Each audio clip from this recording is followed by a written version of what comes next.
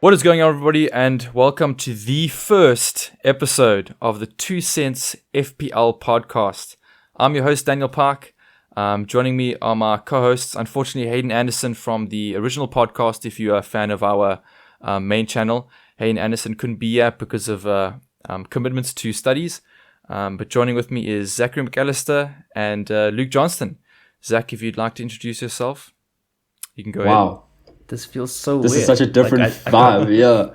I don't even know what to say. It's so weird. But hello everyone. Like Daniel said, my name is Zachary McAllister. Damn, I don't even know what to say. This is so weird. Zach's not used to introducing himself other than, like running the show. So yeah, but it's good to be here. We can talk some FPL.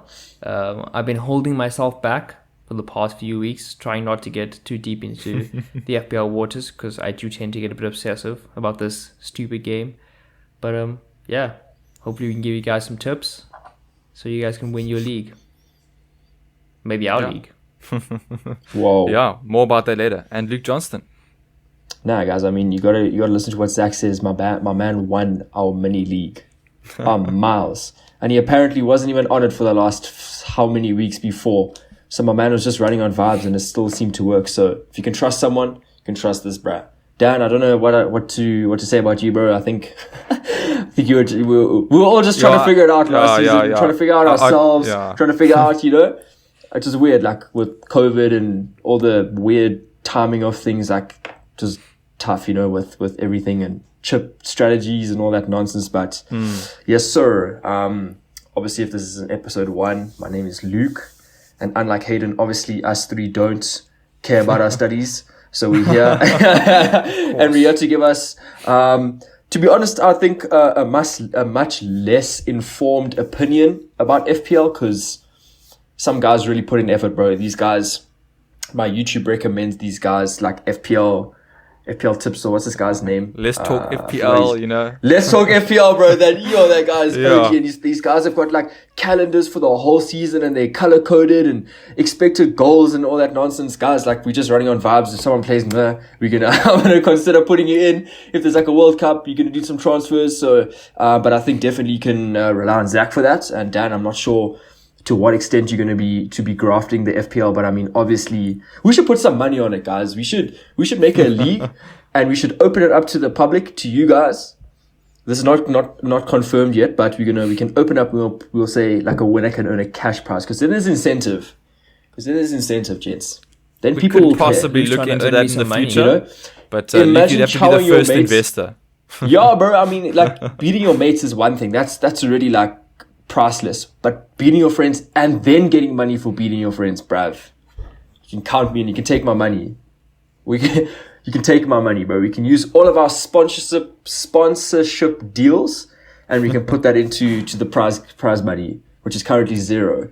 Until we take off, which is up to you guys that are watching and listening. Yeah. No, 2 Cents Footy, we do love our FPL. Zach is the brains of the whole crew, yeah. I just bring vibes and Luke brings even more vibes. I kind of just pick with my heart and sometimes not with my head. And I typically end up on YouTube and guys are telling me like, okay, if you pick this person, you've made a terrible mistake, or don't pick these people. And I'm like, damn, those are my like top 3 right there. Yeah,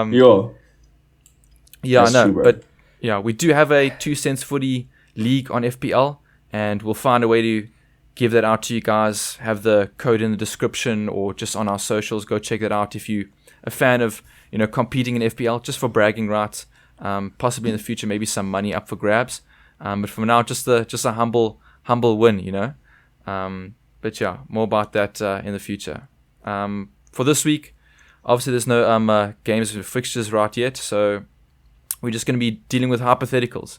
And I've got 3 topics here, and the first one is our FPL merchant must-have point hoarder. I'll start off myself. I've gone for the famed Harry Kane. Who else?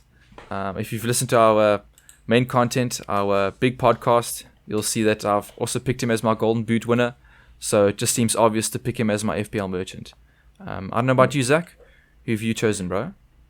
So, Harry Kane's obviously going to bag a lot of points. Guys like Son, Salah, Trent, Cancelo, these are all guys who are going to get a lot of points. But I think for me, an FPL merchant is a player that's like everyone has in their team.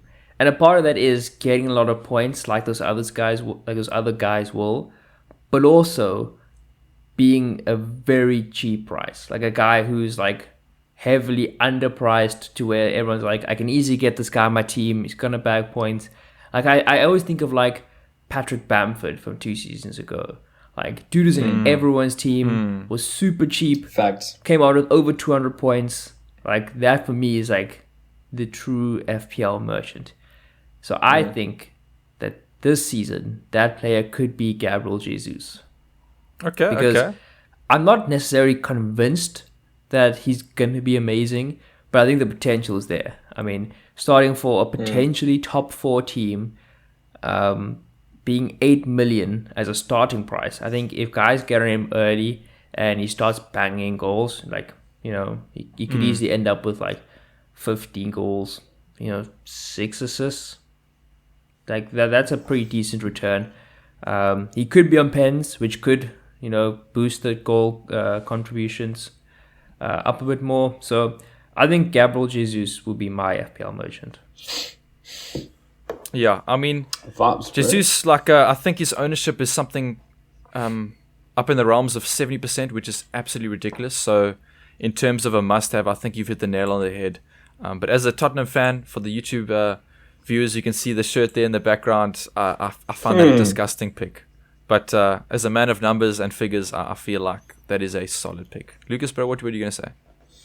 Listen, if we're just going for FPL merchants in the fact that it's a non-negotiable, it's got to be in your team. It's going to be Kane, it's going to be Salah, and for me, it's going to be Trent. But it's been like that for the longest time. Okay, last season, not so much Kane. But if we're going on price,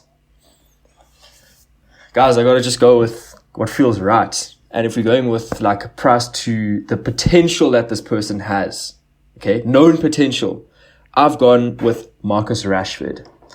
I think hopefully he's 6.5. Yeah. He's 6.5 mil. Wow, that's doable. That's doable.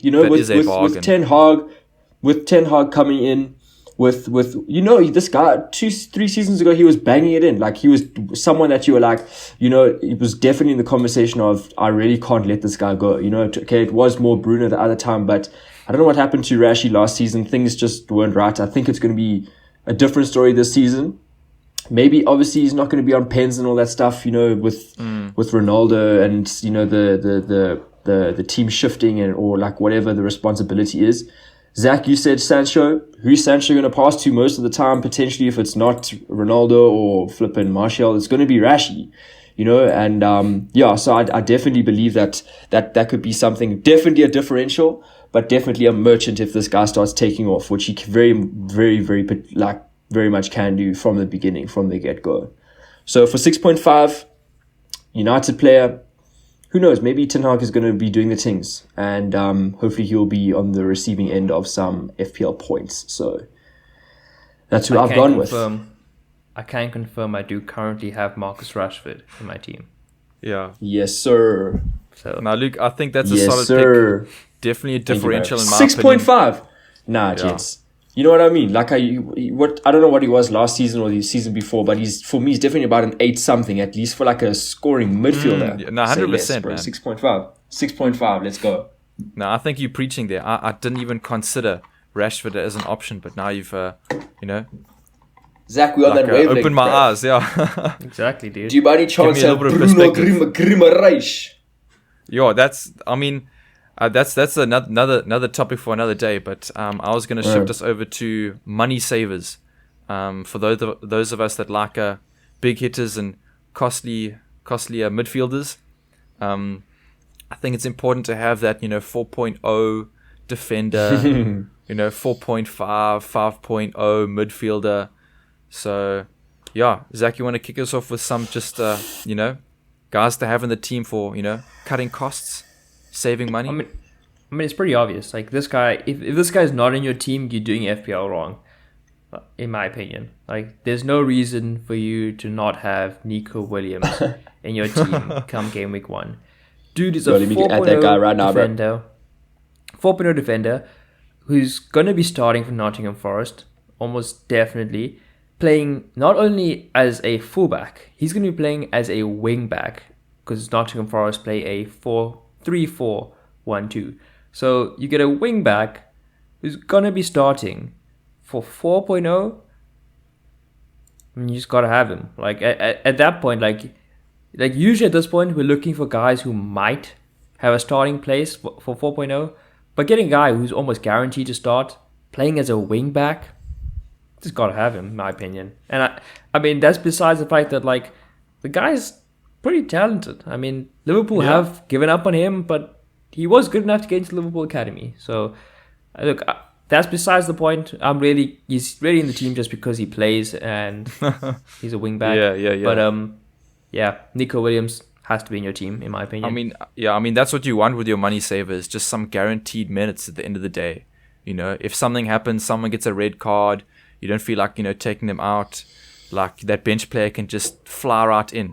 Especially in the defense, I feel like nowadays everyone's got wing backs, so you just, it ticks all the boxes, if I can say that. Yeah. Lucas, any ideas on where you're saving money this season? No, actually, to be honest, not really, bro. I mean, I could always just listen to Zach, bro. I don't know. If I have to just have some other option, I've got Greenwood from Leeds. I don't know if he's going to be a starter, but he's definitely. I see a lot of people doing that. Yeah. What did he cost? I think he's a 4.5 forward. So I think that's on the lowest. Yeah, and I think that's as low as you can get. Yeah, and I mean, I don't know how reliable he is, but like you said, with Bamford not being there, I think they've obviously made some transfers, Leeds probably, with the guys up front. Rafinha's gone right now, so there's definitely a possibility that he could be up again. So yeah, I guess just for the sake of having a different pick to Zach, I'll probably have him. Yeah. I mean, that's all you need is just someone with a chance of getting minutes, when you need them to. I've gone for Leon Bailey from Aston Villa in the midfield. I don't know his exact price. I don't think he's pinching the pennies. 5 mil? Pardon? Is he 5 mil? He's 5 mil. That's ridiculous. Yeah, that's I mean, so in the midfield spot, I think that is excellent. But yeah, especially in preseason, he's been doing the things. I think he scored a goal or two. So, and some Aston Villa fans are scheming that he could start or get a lot of minutes. And I think that's exactly what I'm needing personally for myself in the midfield. Is someone there that just has the minutes in case there's some sort of clash, someone's got a bad fixture and I don't want to transfer them out. I kind of just want to have them on the bench. Or someone gets injured, red card, possibilities of that. Because I feel like the midfield is kind of the heart of anyone's FPL. So everyone in the midfield needs to get playing time. You can't really afford to have someone in there that just never plays. So I've gone with Leon Bailey. And then maybe just to end us off here, juicy. I've got another category, best deal. I think we've all mentioned players. I think you two guys mentioned FPL merchants that are also cost efficient as well, but possibly just another opportunity to shout out someone whose price is way lower than you think it should be. Someone who's really worth your while in investing that little bit of cash to get those extra points. I'll start us off. I've gone with Bruno Guimaraes. I think he's going to do wonders there at Newcastle. And I think he's also 6.0, if I'm not mistaken. 6 mil. 6 mil. And for a player of that caliber, he was putting up numbers at the end of last season. And I think him and St. Max can put on a clinic there at Newcastle. So that's just... And also a little bit of a differential. I think everyone might go for some 6.5s. I know Christian Eriksen was on my mind. Or they can just, up the price to 8 and just forget about, 6.0s or whatever like that. But I've just used them as an opportunity to save money and then as a bit of a differential, if, to go against the grain there. Yeah. Zach, your pick there? I've gone for Jadon Sancho. You're backing Jadon Sancho for that? Yeah, I mean, I guess he ticks both boxes. He fits both categories there. Yeah, so the main reason I've gone for Sancho is because I think he is going to be amazing this season. I think he's going to have a truly, truly elite caliber season. And he is 7.5. So Mount is 8, Saka is 8. I think a couple other of those same sort of caliber midfielders are also 8 million. So I think you could probably save the 0.5 and maybe even outperform those other guys by going for Sancho. So that's why, for my best deal, I think it's got to be Jadon Sancho. Yeah. I know, Lucas, anyone who's making you itch there? Not really, bro. I guess, like, if I'm riding on the Arsenal wave, I could potentially put up a fight for my boy Zinchenko. I think, the Arsenal defense is looking a lot better, I guess. He's only 5 mil, which, like, there are definitely some other good options for that price. But I think, with the defensive stability that Arsenal have improved on this season, and with his attacking threat, and Arsenal are like I just said, with Gabriel and the whole squad pulling through this season, I think he could definitely be someone that's going to be bang for your buck. So yeah, and I mean, he's used to sending in crosses for City. So I mean, if you've got like 3 wingers in Saka, Jesus, and Martinelli, like, someone has to be like putting that cross in the box on the end of it, bro. Yeah. And then you're also going to be getting the potential clean sheets. So it's looking good. Yeah. Just one last point on Zinchenko. There are rumors of him potentially moving into the midfield. So I say watch out for that. If that happens, he's a must, because he'll still get defensive returns, so he'll still get clean sheet points, even if he plays in the midfield.